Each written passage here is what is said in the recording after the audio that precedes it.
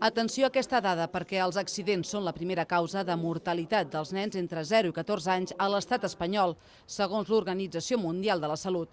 Per aquest motiu, l'Hospital Comarcal de Can Davano ha editat un full de recomanacions per evitar que els més petits pateixin caigudes, intoxicacions o cremades a les llars. Es demana sobretot controlar els infants més un seguit de consells, que segons el centre són de sentit comú. Precaucions que s'han de tenir durant tot l'any i que s'han d'extremar en períodes com les vacances de Nadal. Per Nadal podem veure més cremades, sobretot. Seria una època propícia per les cremades perquè fa fred i es fan servir calefaccions, estufes i altres sistemes de calefacció. I també ennuegaments, pel tema de les llaminadures, de les xutxes, de les joguines, que hi ha risc d'ennuegament i que els nens es posin objectes petitets a la boca i hi hagi perill de que s'asfixiïn.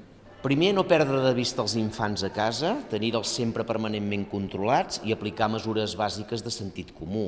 Els medicaments que estiguin ben guardats a la farmaciola, que no es puguin apropar a la cuina si s'està cuinant, que no puguin, per exemple, deixar-los sols quan estan banyant-se solets al lavabo, etc.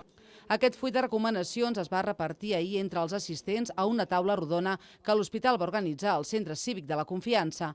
En aquesta activitat dirigida sobretot als adults amb infants al seu càrrec, també es van donar indicacions sobre quines primeres cures s'han de practicar davant de qualsevol tipus d'incident.